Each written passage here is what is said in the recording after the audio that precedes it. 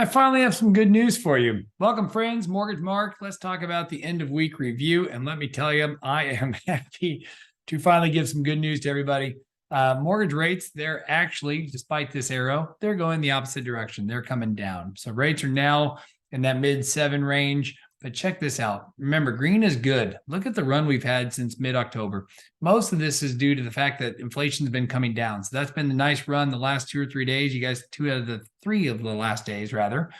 You guys can see the really big move up. And the biggest piece is, again, inflation. So CPI, you've heard us talk about it. It's one of the favorite measures of inflation. The PCE is the other one, but it's showing that inflation is coming down. And a lot of that has to do with the shelter cost. You see that right there, that third line or third row, shelter is 44%. And this is a lagging indicator, meaning like it's usually the data that comes out is like 6 months from ago. So it's a lagging indicator. So we know real time that this is actually coming way down. Look, it's closer to 2.9 versus the current 6.7 that's being reported in the CPI. So inflation's coming down. We've been saying that for the last, 6 months, sound like a broken record. But finally, we're seeing some results here that are kicking in. I thought this was interesting. Basically, the CPI did hit a 2-year low as far as the core CPI. Look at the negative stuff. Gasoline's down, airlines are down, meaning like, down, like it's obviously helping inflation. It's not just flat, it's going negative. Alcoholic beverages, who knew? That's down. Alcohol is still up, but hey, non-alcoholic down.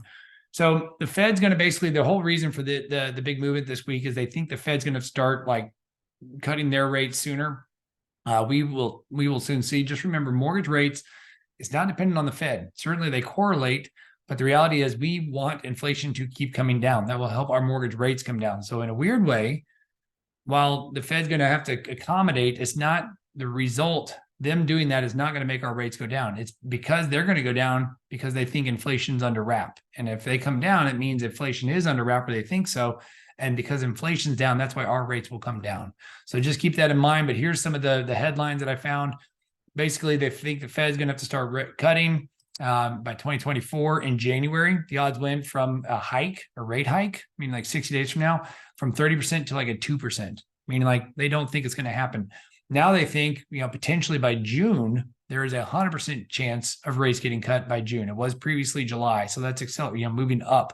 And then they think now instead of 3 cuts next year, there's maybe 4 because of the recent inflation data.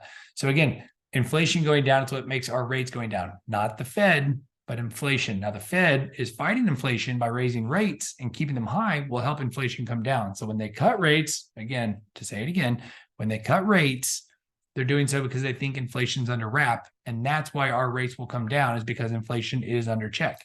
So the housing prediction, guys, same thing we've been saying. Here's a bunch of different articles. Yahoo Finance. This is from Redfin, basically saying housing sales are expected to increase a bit from this year. That's great. That'd be wonderful. With lower rates, more people to buy. But guess what? From the National Association of Realtors, their economist says that there's simply not enough homes for sale. We all know that. And it says the market can easily absorb a doubling of the inventory. I forgot to highlight that next line. But the market can easily absorb a doubling of inventory, meaning if more homes come on the market, that's still good. It's okay. It's not necessarily saying there's a crash or anything of that nature. Here's another one. 2024 will be a buyer's market, or a seller's market. The question is, the reality is it is still a seller's market, because the tight inventory means that all these buyers want to buy fewer homes. Supply and demand kicks in. It's still a seller's market. So is this a good time to buy with rates in the mid 7s? Yes, because again, you can always refinance. We've talked about that for, again, 10, 12 months. Guys, Dallas, apparently there's a company in Dallas that's trying to bring back the woolly mammoth. Who knew, right? We're trying to bring back dinosaurs. This is the first step to Jurassic Park. Can't wait to get there. Fun story. So all that to say, guys, please, as always, share, subscribe, do all that fun stuff. We appreciate you watching. This one's a little quicker because, again, the news is all the same this week. It's been a really good week for rates. That's awesome. Inflation's coming down. And as it continues to come down, we should see our rates get better and better. We expect to be in the 6s sometime. I think they said spring of next year. So we'll see. Maybe it's sooner, maybe it's later. Time will tell. But appreciate you guys, and have a great end of the week and a great weekend. Bye-bye.